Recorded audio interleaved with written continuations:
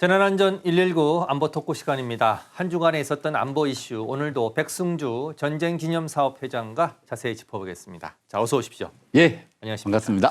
자, 먼저 트럼프 대통령 얘기부터 좀 해보겠습니다. 집권 2기 첫 국전연설을 했는데 무려 1시간 48분, 108분 동안 연설을 했습니다.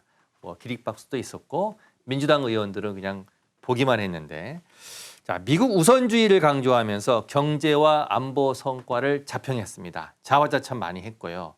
저는 관세와 이란 문제를 좀 주의 깊게 봤는데 회장님은 어떤 걸 좀 보셨습니까?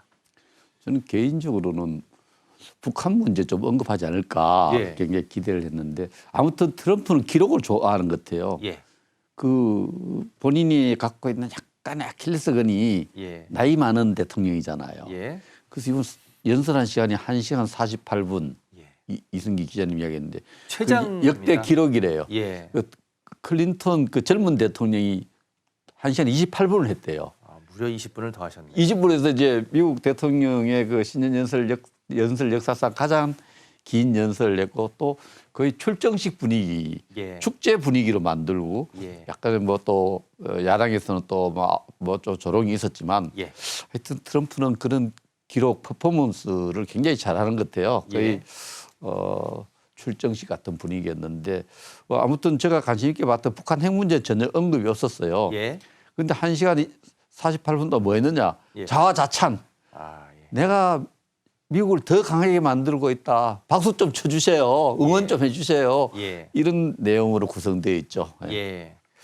그 제가 이제 관세를 좀 보니까 관세는 더 무겁게 더 세게 물리겠다 이런 얘기를 했고요. 저 안보와 외교에서는 우크라이나 전쟁 종식하는 데 노력하겠다. 그리고 이란 핵 위협에 대해서는 군사력을 시사하겠다. 이런 얘기를 했거든요.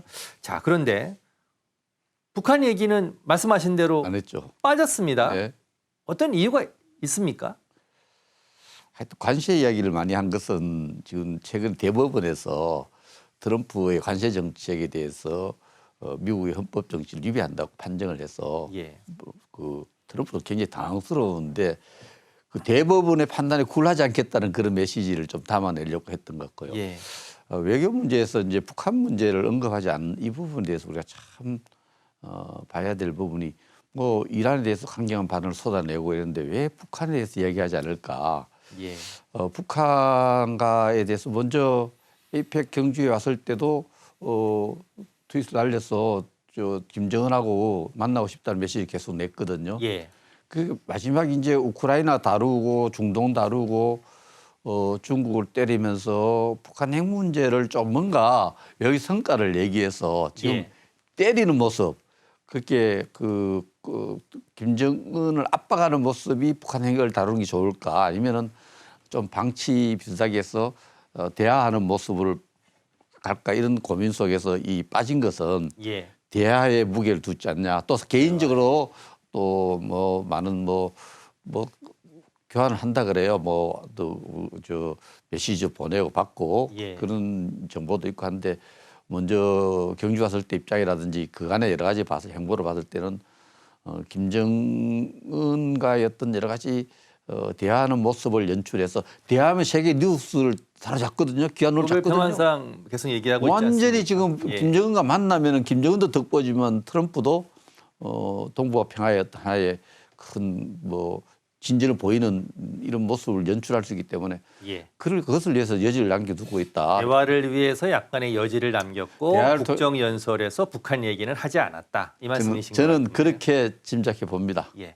북한 얘기 조금 더 하겠습니다. 자, 북한의 9차 당대회가 폐막을 했습니다. 김정은 위원장이 크게 두 가지를 얘기했는데 하나는 적대적 두 국가론. 자, 남쪽은 배제하겠다. 두 번째 얘기가 더 재밌습니다. 트럼프 대통령한테 핵 보유국 지위 인정해주면 미국과 좋게 지내지 못할 이유가 없다. 자, 어떤 의미입니까? 기존의 입장을 아주 당 대회를 통해서 간결하게 다시 예. 메시지를 만들어냈는데 2023년부터 김정은이 이제 통일 정책, 대남 통일 정책을 포기한 듯한 외향적으로는 예. 적대적인 두 국가가 공존해 있는 상태에 그것을 인정하자. 예. 두 개의 국가론을 펼치면서 대남 정책 관련 부서를 다 없애고 예.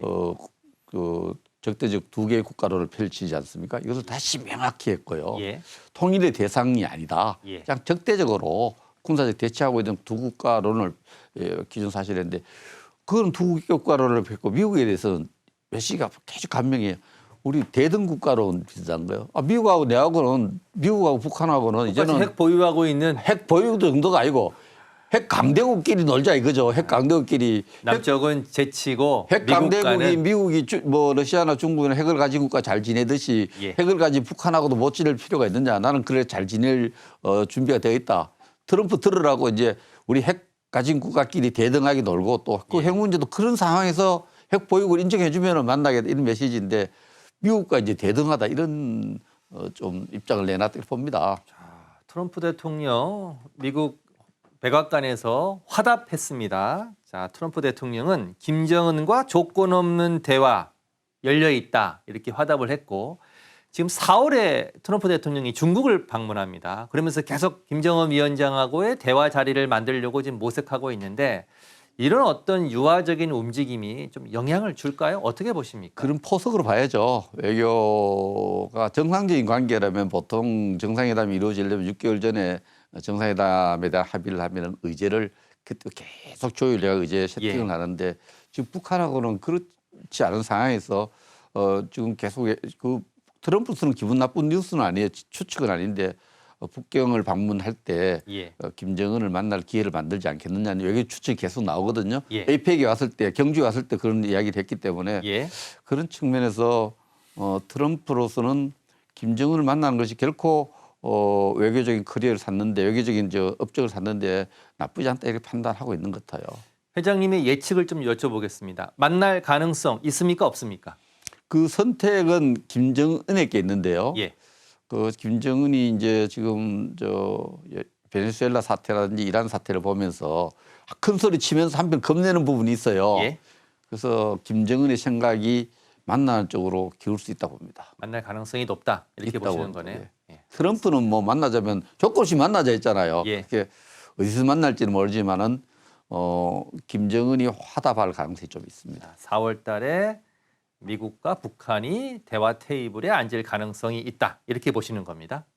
어떤 형태든 만나려고 트럼프는 시도할 것이고 김정은은 경주 에이펙에 던졌을 때는 그냥 무시했죠. 답을 하지 않았습니다. 좀 무시했죠. 씹었는데. 이번에는 그렇지 않을 것이다. 알겠습니다. 자, 이란 상황 지금 돌아가 보겠습니다.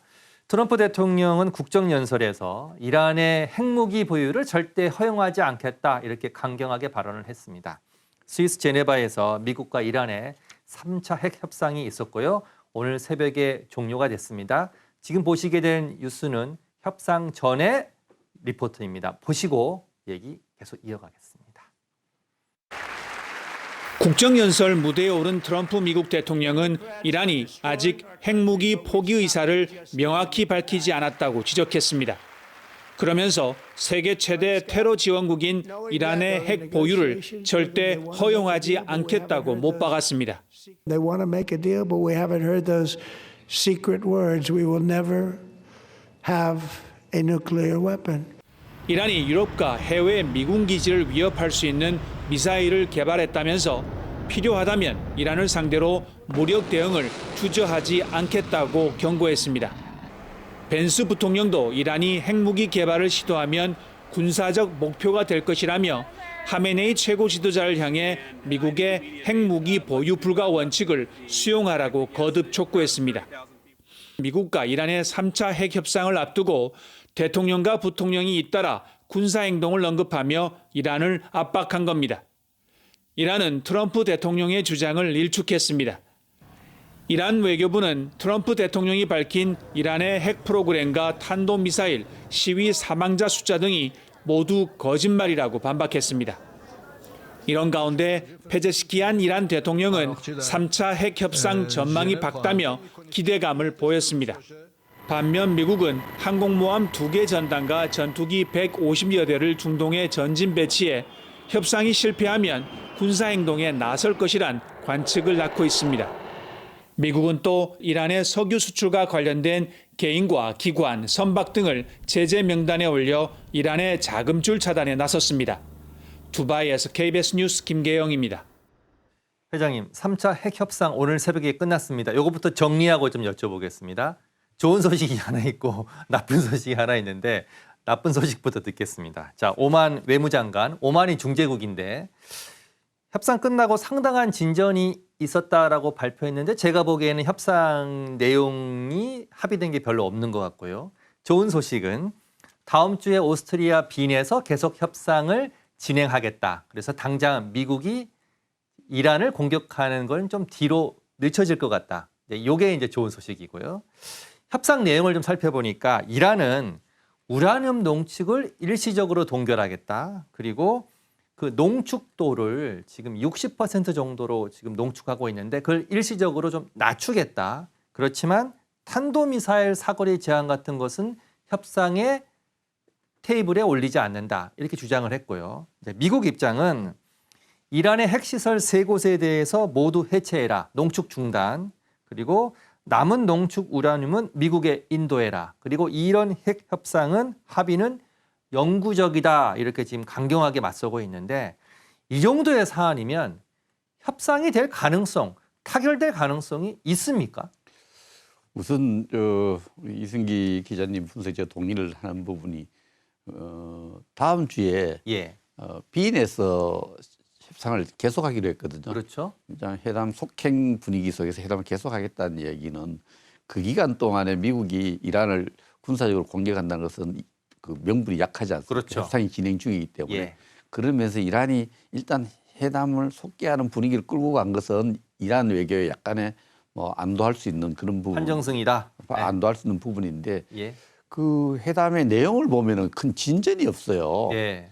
이란은 계속 그 우라늄 농축의 잠정적이고 일시적인 중단, 예. 또 기술적인 문제에서 뭐 60%를 20%로 농축 농도를 좀 조절하겠다 이런 기술적인 문제에서 잠정적인 우리가 지금 어려우니까 잠정적으로 합의하겠다는 이야기인데 예.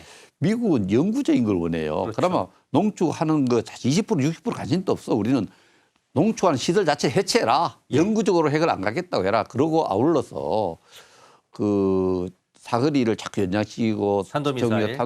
예. 정확도를 높이고 있는 미사일 또 개발을 좀 제한하자. 예. 근데 이스라엘은 이란은 그 미사일은 주권 사항이고 영구 해체는 받아들일 수 없다는 입장에서 예. 팽팽하게 양측 입장이 가고 있는 거예요. 예. 근데 이 부분에서 지금 숨겨진 하나의 협상의 어떤 주역이 있어요. 예. 숨겨진 주역이 테이블에 안 갔지만 예. 그 이스라엘 있지 않습니까? 예. 이스라엘이 미국과 긴밀하게 협력을 하거든요. 이스라엘은 지금 탄도미사일 사거리 무조건 제한해야 된다. 이걸 지금 요구하고 있지 않습니까? 그것뿐만 아니라 이스라엘은 미국에 대해서 아예 자제해. 이란이 지금 어려울 때 예. 계속 말로만 전 세계 테러 지원 국가라 최고의 테러 지원 국가를 하지 말고 예. 테러 단체에 대해 하마스라든지 테러 단체에 대해서 돈 주는 거 예. 이건 좀 막는 장치를 이번에 합의를 해라 그러거든요. 예. 미국 그걸 요구하고 있을 가능성이 많아요. 예. 이란은 그걸 안 내놓으려겠죠. 그래서 예. 그런 부분에서 협상 내용을 볼 때는 좀 어두워요. 어두운데 또 뭐 하여튼 기술적인 문제로 다시 다음 주에 회담한다는 부분은 중동 또 특히 하메네이 정권이 가장 우려하는 미국의 어떤 그 군사력 사용 시기를 조금 연장시켰다 이렇게 볼 수 있어요. 트럼프 대통령은 이란의 최후 통첩을 10일에서 15일을 줬습니다. 자, 그러면 다음 주에 오스트리아 빈에서의 협상이 마지막이 될 것 같은데 협상이 결렬된다면 트럼프 대통령이 이미 예고한 대로 군사 공격에 나설 가능성이 높아지는 건 아니겠습니까? 트럼프가 트럼프식 어떤 대외 정책, 대군사 정책을 하면서 날짜를 잘 사용해요. 예. 날짜가 이제 매직 마력이 있거든요. 날짜를 예. 하면 최후 통첩성이 있고 굉장히 임박하게 이런 그 기가 뉴스를 잘 만들 수 있죠. 근데 그 말이 별로 신뢰감을 많이 잃고 있어요. 최후 통첩 시한을 준 게 예. 우크라이나전도 마찬가지였습니다. 우크라이나 지금 최후 통첩 준 게 제가 기억을 하다 10번 가까이 되는 것 같아요. 예. 그래서 이 지금 이란 문제도 사실 베네수엘라하고 좀 상황이 좀 다르기 때문에 예. 군사력을 사용을 하는데 먼저 사용을 했는데 이란이 뭐 피해를 코피가 나도 또 지금 그 관련 시설도 복구해 놓고 그렇게 예. 전면전으로 대응하지 않았어요. 뭐 지난해 짜고, 6월에는 짜고 치는 식으로 예. 중동에 있는 미군 기지 하나 좀 외곽에 미사일 한번 때리고 그냥 넘어갔는데 이란이 전면적으로 대응하지 않으면 전면적으로 갈 수가 없어요. 예. 그런 측면에서 최후 통첩의 의미는 막 그냥 외교적 수단으로서 해석해야 되지 않겠냐 이렇게 예. 생각을 합니다. 제가 조금 보충 설명드리면 지난해 6월에 미국이 이란을 공습했습니다. 그리고 이란이 카타르에 있는 미군 기지를 미사일로 반격을 했는데 이미 정보를 줬어요. 우리 공격할 테니까 피해 있어라. 그래서 약속 대련이라는 얘기가 나오고 있는데 제가 지금 좀 궁금한 건 말씀하신 대로 미국이 공습을 하더라도 이란이 보복 공격을 하지 않을 경우 또는 약속 대련을 할 경우에는 전면전으로 가지 않습니다. 않습니다. 자, 그렇게 말씀하셨었는데 만약 네. 근데 지금 이란 분위기가 이번에는 그렇지 않다. 우리 전면적인 보복전을 할 가능성이 있다라고 지금 계속 언론에 지금 보도가 되고 있거든요. 이란의 지금 복잡한 정치적 내부 상황 때문인 것 같은데 어떻습니까? 하메네이 정권이든 어느 정부든 예. 이렇게 하면은 지금 처음부터 때리기도 전에 예. 때려도 우리는 맞고 전면 대응하지 않겠다 하는 그런 정권이 어디 있겠어요. 옛날 리비아 가다피도 그랬고.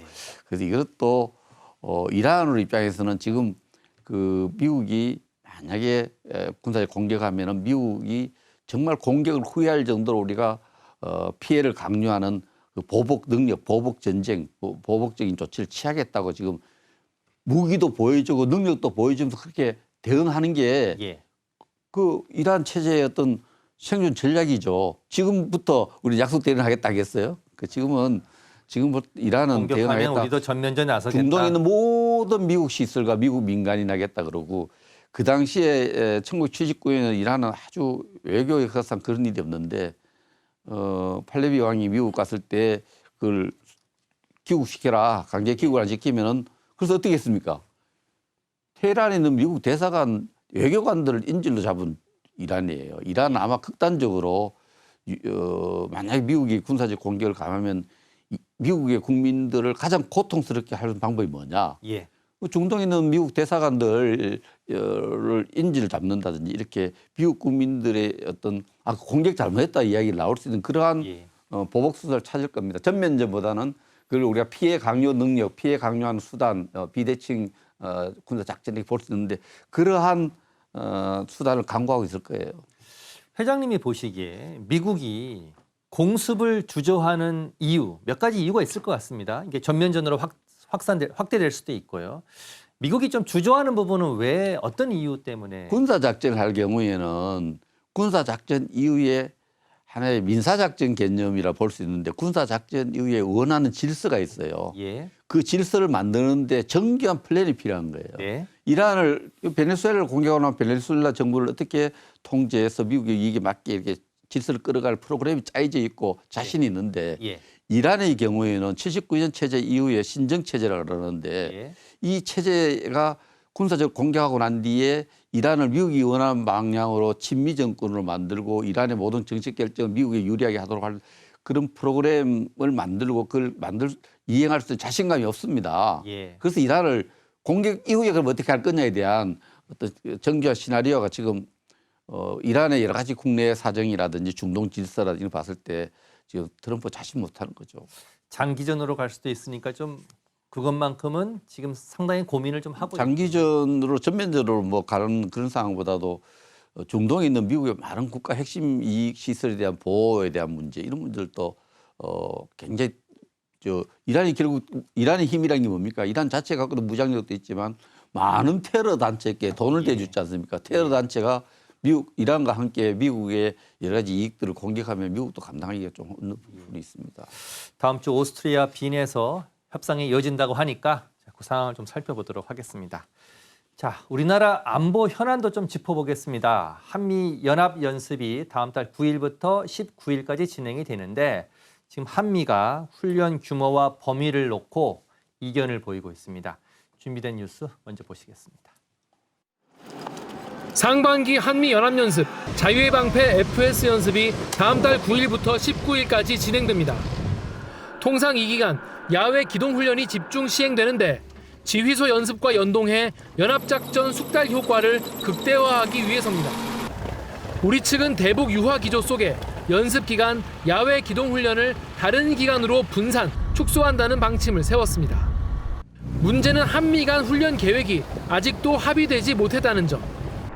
구체적 훈련 규모와 범위를 발표했던 과거와 달리 이번엔 훈련 횟수도 밝히지 않은 채 협의 중이라는 말만 되풀이했습니다. 기존에 계획된 40여 건의 야외 기동 훈련 중에 20여 건을 9월로 조정하여 연습 기간 동안의 야외 기동 훈련은 한미가 긴밀히 협의 중입니다. 미군은 기존의 대규모 야외 기동 훈련 실시를 강조했습니다. Freedom Shield and Warrior Shield will go on this March as a major defensive-oriented exercise. 북한군의 전략 전술 등을 현실적 위협으로 명시했던 지난해와 달리 이번엔 북한을 언급하지 않았습니다. 주한미군의 전략적 유연성 관련 답변도 나왔습니다. The 1953 Mutual Defense Treaty does not mention an adversary. So we take lessons learned across the globe from the recent armed conflicts and incorporate that into the exercise. 우리 군은 이번 연습을 전작권 전환을 준비하는 계기로 삼겠다는데 방점을 뒀습니다. KBS 뉴스 김기아입니다. 회장님, 저는 한국과 미국, 한미가 안보와 관련해서 이렇게 이견을 본 적이 있었나 그런 생각이 드는데 이게 건건이 지금 부딪히고 있습니다. 지금 이것뿐만이 아닙니다. DMZ 출입 권한, 원래 유엔군 사령관, 지금 주한미군 사령관이 맡고 있습니다. 승인을 받아야 되는데 그 권한을 통일부 장관에게 달라. 이걸로 지금 한미가 지금 갈등을 하고 있는데 이거 말고도 9.19 군사합의 복원과 관련해서도 우리 정부는 군사합의 복원, 그러니까 정찰을 하지 않는다. 미군은 반대하고 있습니다. 자, 지금 한미연합 연습도 지금 훈련 범위, 규모 못 정하고 있거든요. 이게 지금 어떤 상황인가요? 그 한미 간의 군사적 현안에 대해서 지금 말씀하신 대로 좀 의견 차이가 예. 의견 차이 수준이 아니고 하나의 갈등 심각한 국면으로 진행되고 있는 것 같아요. 그래서 특히 우리가 9.19 군사 합의, 남북 군사 합의를 복원시켜서 예. 저 비행 금지 구역을 예, 정찰을 못하게 하는. 난 그 문제도 좀 이상해요. 왜냐하면은 통일부 장관이 개수장관이거든요. 국방부가 아니고. 예. 거기서 유엔사가 명확히 그 부분에 동의를 할 수 없다 이런 입장이고 비무장 지역에 대한 출입 권한 이 부분은 우리가 결국은 그 정전 협정에 따르면 관할권과 관리권이 이렇게 나누어져 있는데 예. 관할권이 저 절대적인 권리죠. 집주인적 입장이 지금 유엔사가 갖도록 하고 그것을 우리가 잠시 관리권 행정적인 권한을 해서 이제 너무 통행을 하는데 이게 관할권을 우리 정부가 갖고 오겠다니까 관리 우리가 하겠다니까 그것을 미국이 안 된다. 정전협정 위반이다. 안 된다. 이렇게 하는 입장인데 더 심각한 문제는 지금 연합훈련에 대한 문제인데 이거요. 제가 평생 국방 분야 일했지 않습니까? 예. 이제 이런 얘기를 들으면 이해가 될는지 모르겠는데 유명한 그 프로 선수들도 그 몇년 골프로 싶은데 그 골프를 하루 훈련 안 하면은 본인이 안 돼요. 예. 이틀 훈련 안 하면은 코치가 안 돼. 너 훈련 안 했지. 예. 그럼 일주일 정도 훈련 안 하면 갤러리 관객들이 제 혹시 훈련 안 했구나. 인류 선수가 그렇게 안 돼요. 예. 이 루틴한 훈련이 굉장히 중요한 거예요. 반복적 훈련이 전쟁도.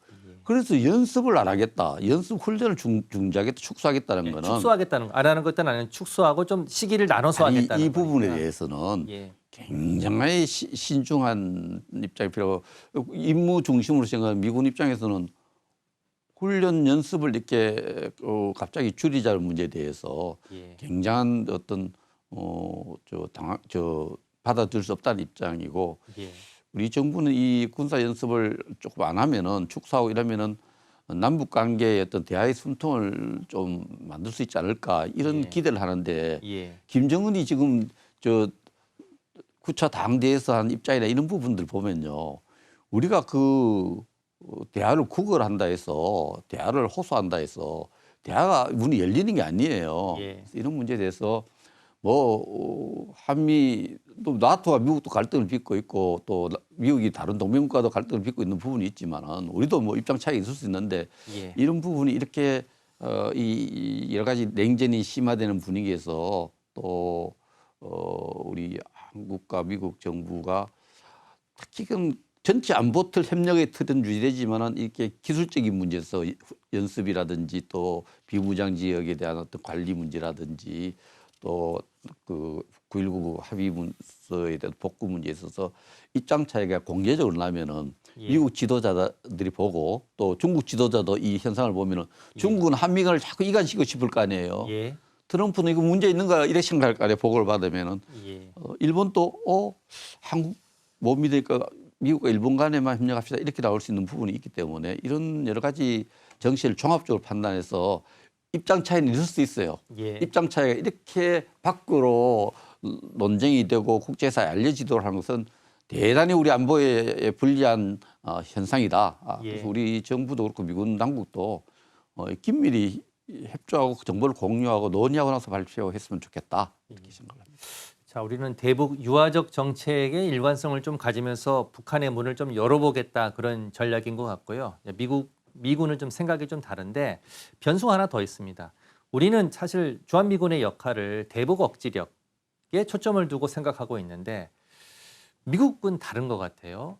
대중 견제 태세로 전환하고 싶어하는 그것도 지금 서로 갈등을 빚고 있지 않습니까? 그것도 심각한 갈등 요소인데 지금 콜비가 이제 사실은 트럼프 정부의 안보 책사, 국방 책사인데 차관을 하고 있죠. 정책 차관을 하고 있는데 콜비는 뭐 거의 공개적으로 주한미군의 역할을 이제 인도 태평양 전략에서 대중 견제로 이제 바꿔야 된다. 예. 한국이 압도적인 재래식 전략 우위에 있으니까 북한은 한국이 맡아라. 핵 문제만큼 우리 같이 하고 이런 입장을 공개적으로 발표하고 있잖아요. 네. 그런 면에서 미국의 인도 태평양 전략하고 우리가 갖고 있는 주변국 특히 중국에 대한 전략 이런 부분이 이제 충돌되는 부분이 이제 노출되는 부분이 지금 최근에 서해에서 중국 방공식별구역 인근 지역에서 미군 전투기가 중국 전투기가 예. 대치하는 상황이 벌어졌잖아요. 예, 그거 저희가 조금 이따가 리포트로 그래요? 좀 틀으려고 하는데 잠깐만 제가 그 리포트 듣고 다시 좀 얘기 나누겠습니다.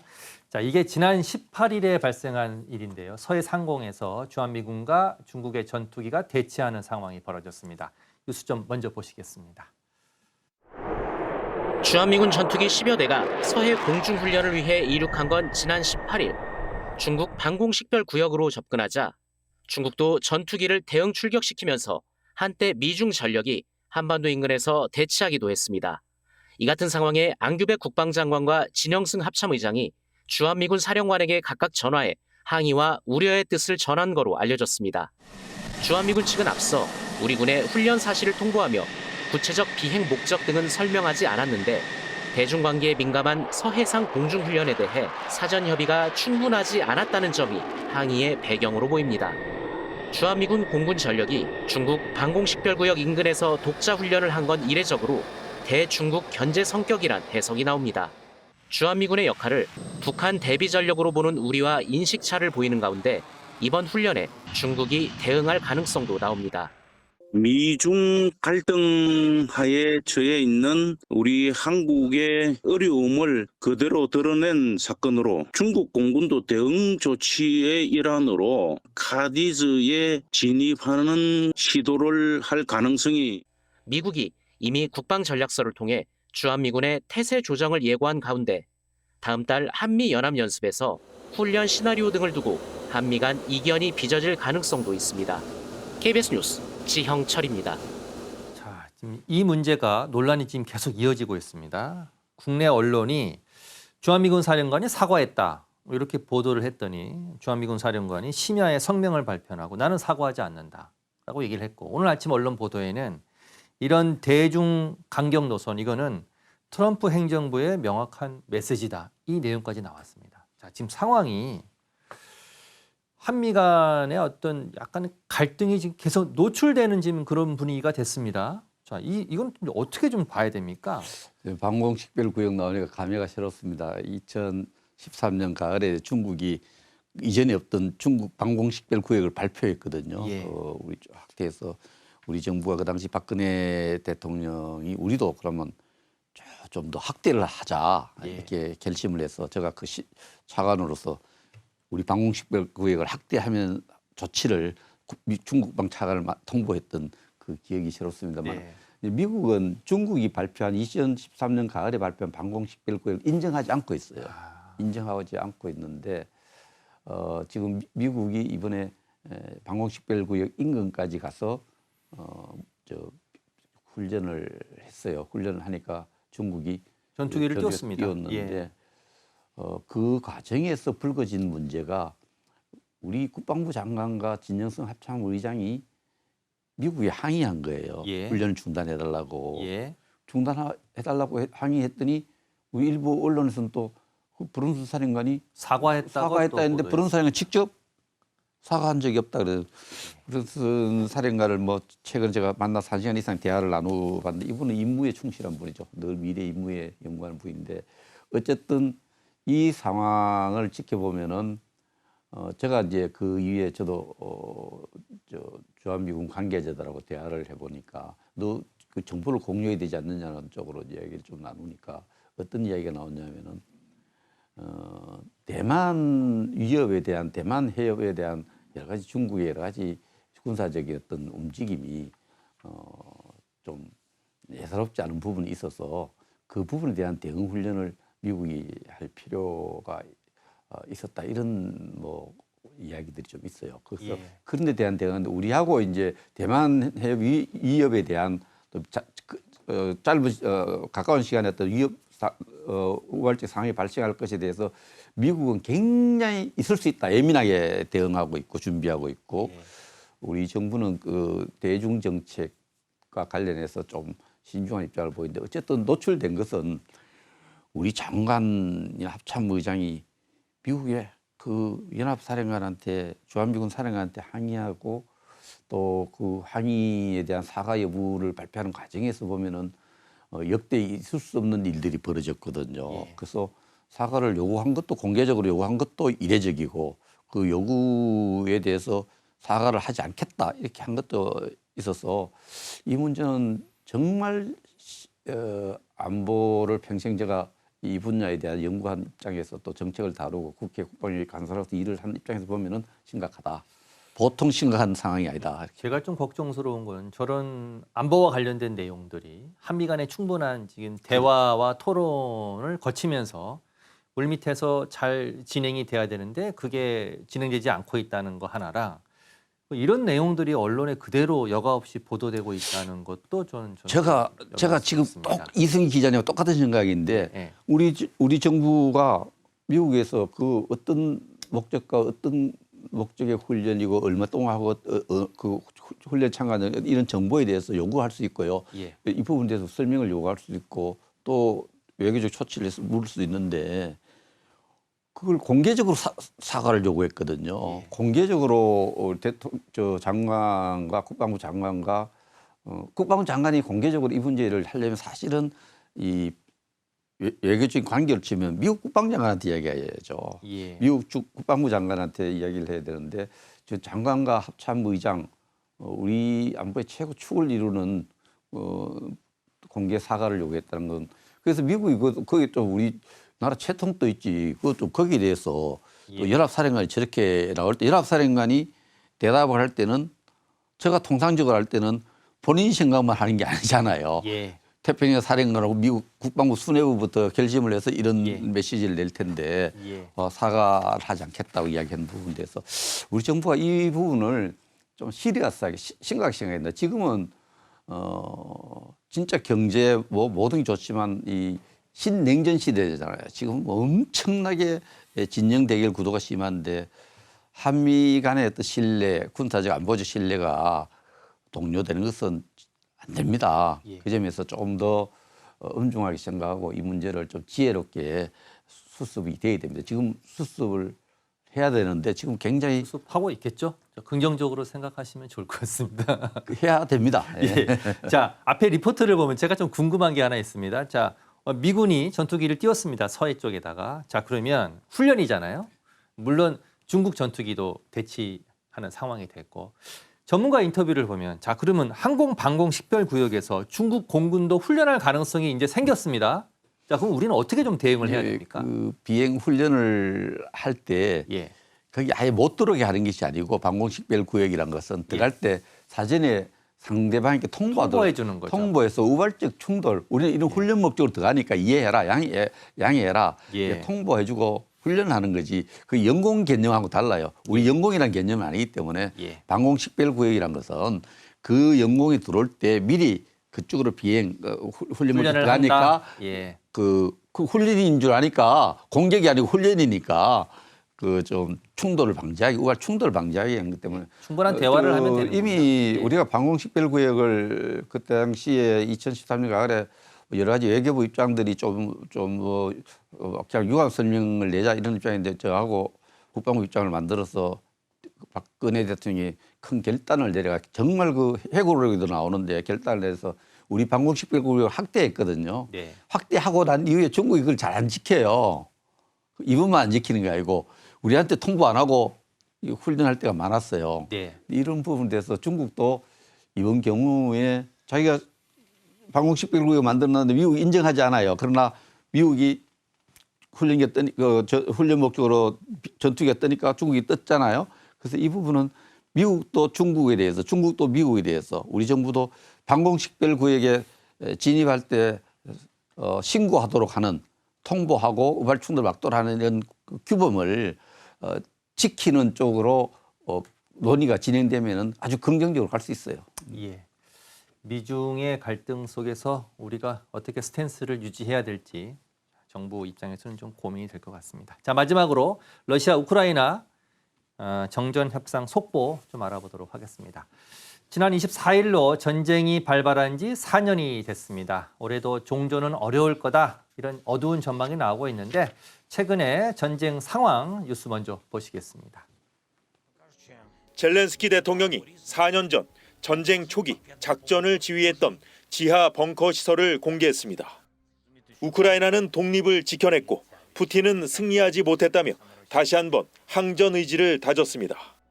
Українці це роблять. Це велика втома, безумовно. Який ще народ може так? Попри війну, всі ці атаки. 유럽 주요국 정상들은 우크라이나 지원 동맹국 모임인 의지의 연합 화상회의를 열었습니다. 변함없이 우크라이나와 연대하고 러시아를 압박하겠다고 약속했습니다.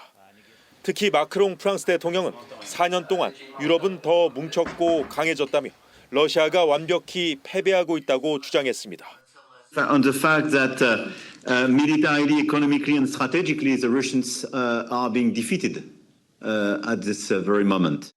러시아는 특별 군사작전을 진행한 4년 동안 많은 목표를 달성했지만 아직 완성하진 못했다며 계속 싸우겠다고 밝혔습니다. 푸틴 대통령은 적들이 가능한 모든 방법을 동원하겠지만 패배하지 않을 거라고 했습니다. Не получается нанести России стратегическое поражение. Сами себя доведут до какой-то крайней черты, потом пожалеют. 서방이 핵무기를 쓰면 어떤 결과를 초래할지 알 거라고 경고하기도 했는데 이와 관련해 러시아 대외정보국은 영국과 프랑스가 우크라이나로 핵무기 이전을 준비하고 있다고 주장했습니다.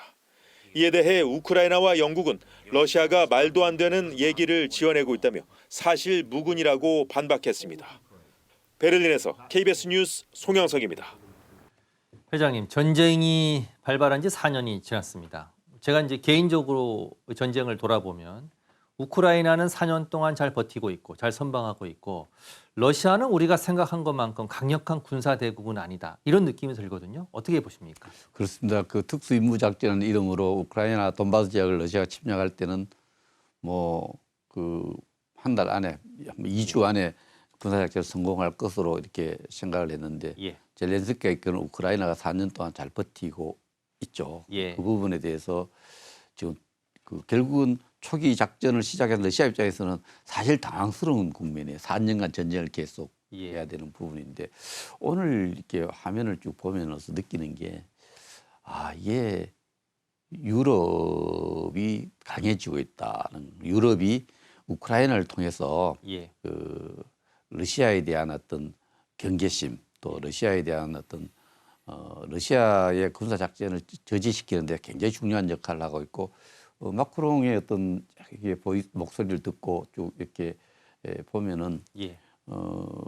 그 굉장히 그 유럽이 우크라이나와 연대를 잘 하고 있다, 이렇게 가질 수밖에 없어요. 그 외교적으로, 전략적으로, 경제적으로 보면은 예. 우크라이나가 또 다른 국면에서 승리를 하고 있는 부분이 있는데 문제는 현장에서 군사 작전 부분에서는 80%, 85% 정도 땅을 잃고 있지만은 예. 외교 전략적으로는 상당히 우크라이나 젤렌스키로서는 이게 뭐 좋은 성과를 내고 있다고 볼 수 있어요. 예.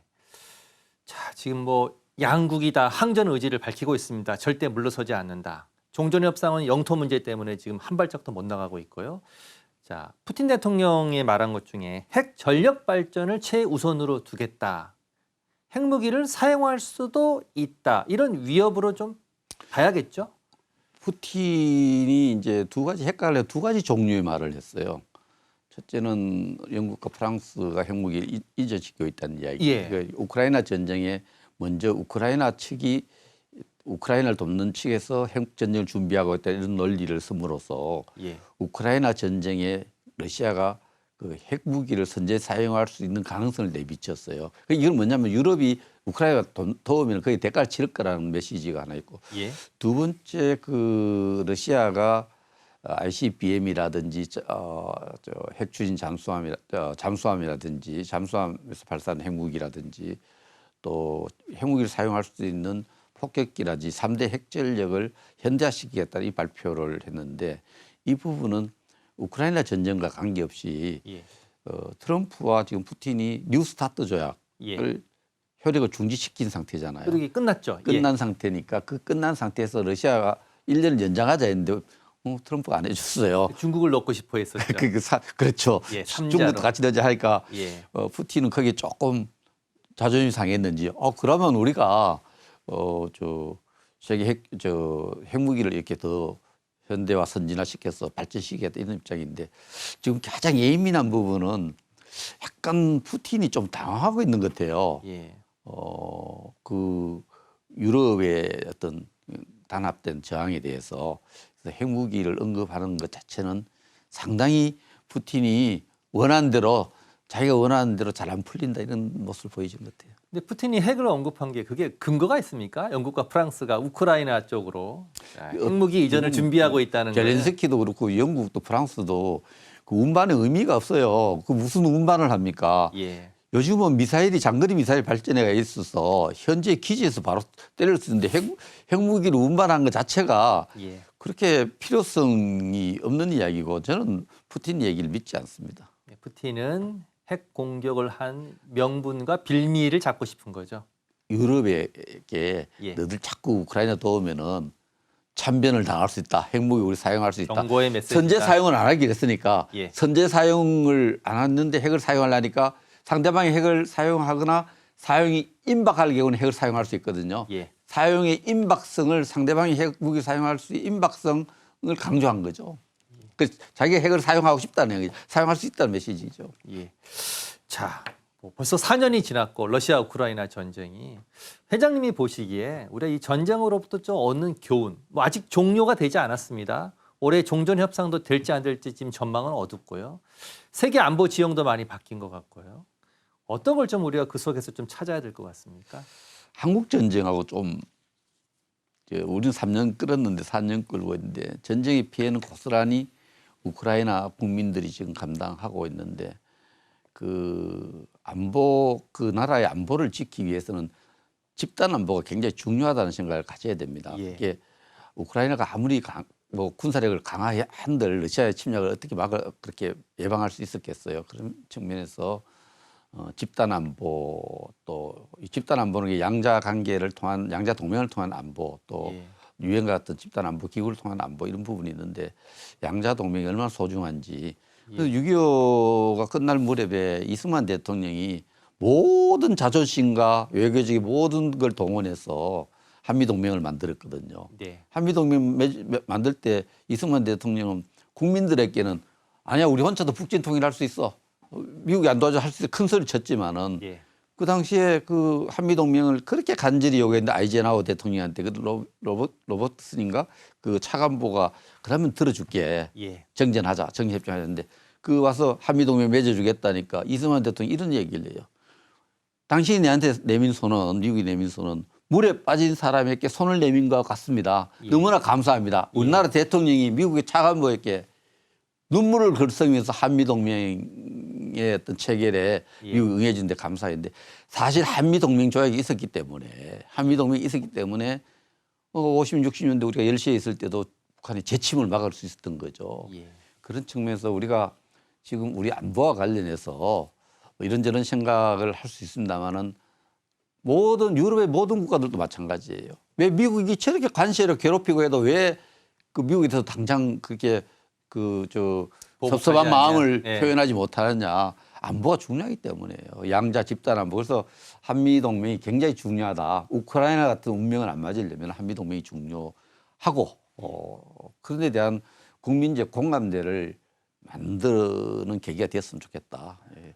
뭐 집단 안보가 미국이 하는 것이 중요하다. 다 마음에 드는 건 아니에요. 저도 트럼프 하는 일에 뭐 마음에 안 드는 부분이 많지만 그러나 그 모든 걸 넘어서서 모든 번영은 안보가 토대돼야 되잖아요. 국방이 토대돼야 되는데 이 안보에 위해서는 외부의 외침을 막을 수 있는 강력한 동맹이라든지 집단 안보 체제를 구축해야 된다 이렇게 생각을 합니다. 집단 안보 체제가 중요하다는 교훈을 얻었다. 젤렌스키는 지금 그거 받으려고 그렇죠. 뭐 예. 계속 자존심 주고 미국에 종전 제발 이후에 정리협정 이후에 안보를 좀 보장해야 돼. 다른 나라가 갔냐면 안 된다. 미국이 갔냐는 보장 조치를 해달라는 거죠. 이걸 교훈을 알아야 됩니다. 최근 유엔 총회에서 이런 게 있었습니다. 우크라이나 지속적인 평화 지원 결의안. 채택은 됐는데 찬성이 107개 국가, 반대가 12개 국가, 기권이 51표. 우리나라는 찬성을 했습니다. 근데 이 기권 51개국 나라 가운데 미국과 중국이 기권을 했어요. 각각의 이유가 있는데 이 결의안 자체는 구속력은 없습니다. 그런데 양대 미국과 중국이 기권함으로써 좀 실효성이 제한적이다 이런 평가가 있거든요. 이 부분은 좀 어떻게 봐야 됩니까? 실효성은 제한적이죠. 구속력이 없는데 그러나 이게 상징성 굉장히 커요. 예. 결의안 제목은 우크라이나의 지속적인 평화 지원이라 했었지만 내용상으로 우크라이나 주권 존중 지원 아니거든요. 러시아는 뭐 아예 우크라이나 주권을 존중한다면 러시아의 군사 작전을 침략 전쟁을 규정한 거거든요. 예. 침략 전쟁을 규정한 내용상으로는 그 규정했는데 170개국이 총회에 참가를 해서 107나라가 이 지지 결의안에 찬성을 했고 전 대한민국이 찬성 잘했다고 생각합니다. 대한민국이 찬성을 했고요. 12개 나라가 반대를 했는데 조금 우크라이나 전쟁 초기에 비해서 한 7개 나라 정도가 늘었어요. 러시아를 지지하는 나라가. 예. 그리고 이제 51개 나라가 기권했는데 그중에 이제 미국이 포함된 부분이 좀 아픈 거죠. 예. 유럽 모든 국가 대한민국이 찬성한 결의안이 미국의 반대는 아니고 기권인데 이것이 지금 우크라이나와 또 러시아 또 미국이 협상을 통해서 진행하고 있는 정전 협상에 좀 나쁜 영향을 미칠 것 같다. 그런데 그러나 그래도 저는 미국의 기권은 저는 이해가 잘 안 됩니다. 우크라이나의 주권을 존중하고 지속적 평화 지원하는 부분은 이거 지원한다 해서 뭐 중재가 안 되고 협상이 안 될 거라 생각하지 않고요. 미국은 뭐 기권의 이유가 푸틴하고 종전 협상 중이기 때문에 휴전을 강제하는 걸 반대한다는. 그래서 이게 단순한 107개 나라 미국의 우방국가, 유럽, 나토와 대한민국이 다 찬성한 데 대해서 미국이 빠진 거는 모양새가 안 맞죠. 그리고 중국은 막 서방 국가 주도 결의라는 이유로 반대했는데 뭐 그런 측면보다 러시아의 우호적인 입장이 반영됐다 보고요. 그러나 그렇다고 중국이 뭐 글로벌 지도 국가로 또 리더 국가로서 침략 전쟁에 대해서 그렇게 러시아 입장도 들 수 없고 그래서 어정쩡한 입장을 취했다고 보고요. 하여튼 젤렌스키 외교적 승리고 EU 나토 국가들이 우크라이나에 대한 어떤 일관된 정책에 대한 계속 그 우크라이나를 지원할 수 있는 여러 가지 외교적 어떤 지렛대를 얻었던 의미가 있다고 봅니다. 다음 달 초 3월 초에 미국과 러시아, 우크라이나가 또 3자 협상을 합니다. 자, 뭐 결과가 어떻게 나올지 뭐 좀 전망이 어두운데 올해 안에 이 전쟁과 관련해서 변수가 있다면 어떤 게 있을 수 있을까요? 6월이 변수일 것 같아요. 6월. 이제 선거에 미치는 영향을 한 3개월 정도로 보면 미국의 중간 선거를 앞두고 푸틴이 트럼프의 중간 선거를 걱정해서 종전을 시켜주면 6월 전에 될 수 있고 또 그 전에 러시아가 군사 작전을 좀 성공시킬 수 있냐는 이런 변수가 있는데 지금 러시아가 이 여러 군사 분야 이외에 여러 가지 메시지를 이렇게 던지는 걸 보면은 러시아도 지금 군비 조달 또 국내적으로 전쟁 수행 4년 지나니까 전쟁을 수행하는 데 드는 경비 조달에 좀 어려움을 겪고 있는 것 같아요. 그러니까 뭐 몇 개월 전에 보면은 전쟁 끝나고 나면 천문학적인 복구 비용에 대해서 미국에 대해서 제안했죠. 그 얘기가 지금 아직 속보가 없네요. 제안을 트럼프 대통령이 그걸 받았을지가 되게 궁금한데. 받을 수 있겠죠. 우리도 봤는데 그거 예. 그런 부분과 또 여러 나라의 경제적인 거 이야기하고 또 핵무기 사용 가능성까지 언급하는 거 보면은 예. 러시아가 지금 의외로 군사 작전에는 조금 우위에 있지만 예. 전비 조달, 이런 베네수엘라 사태 이후에 또 여러 가지 오일 시장에서 러시아 오일 수출 문제도 좀 지장을 받고 해서 러시아도 사실은 전비 조달 문제에서 전쟁을 지속하는 데서 굉장히 어려움을 겪고 역사는 반복하는지 늘 전쟁할 때도 그랬었거든요. 예. 120년 전에 예. 군비 조달에 좀 어려움을 겪고 있는 모습을 보입니다. 회장님이 보시기에는 올해 6월이 하나의 큰 시기적으로 변곡점이 될 수 있다. 그거는 트럼프 대통령의 11월 중간 선거 때문이다. 그렇습니다. 이렇게 전망을 하셨습니다. 자, 시간이 많지 않지만 전쟁 기념관 소식 한 가지만 더 여쭤보고 보내드리도록 하겠습니다. 기념관 안에 숲을 조성했다면서요? 그런데 우리가 참 국가기관이 어떤 기관이 많은데 기관이 뭘 하는지 잘 모르잖아요. 예. 우리 산림청에서 제안을 해왔어요. 예. 전쟁기념관에 300만 명이 넘는 국내 관람객이 오니까 내부에 좀 산림청에서 실내 숲을 조금 전부 조화가 청하예요. 아, 생화입니까? 지금 보이는 사진이? 예산도 뭐 적지 않아서 5억 원 정도를 좀 사진을 크게 좀 보여주시겠습니까? 들여서 우리 전쟁기념관 관람객을 위해서 예. 실내 숲을 조성해주겠다는 제안을 해서 우리가 너무 감사하죠. 그래서 근데 저게 2층에 있는데 제가 볼 때는 제 앞에 제가 이제 벤치라든지 관람객들이 편의시설 좀 더 보강을 하도록 하고 있습니다. 그래서 예. 관람객들이 찾으면서 차 한잔 마시고 쉴 수 있는 좋은 공간이 될 것 같습니다. 보시면 꼭 한번 보시면은 산림청이 우리가 하는 일 중에 저런 일도 하구나, 참 좋은 일 하고 있다는 생각을 제가 했습니다. 지금 가면 볼 수 있습니다. 즐길 수 있는 거죠? 예, 알겠습니다. 지금 아주 비가 오거나 눈이 오나 뭐 실내에 있는 공간입니다, 이 지금. 예쁘죠? 자, 예, 아주 아직 안 와보셨죠? 예, 가야 됩니다. 빨리. 약속을 안 지키시네. 가겠습니다. 자, 오늘 뭐 한 50분 넘게 자, 회장님하고 좋은 말씀 많이 나눴습니다. 오늘 여기까지 듣도록 하겠습니다. 지금까지 전쟁기념사업회 백승주 회장이었습니다. 고맙습니다. 예, 감사합니다. 감사합니다.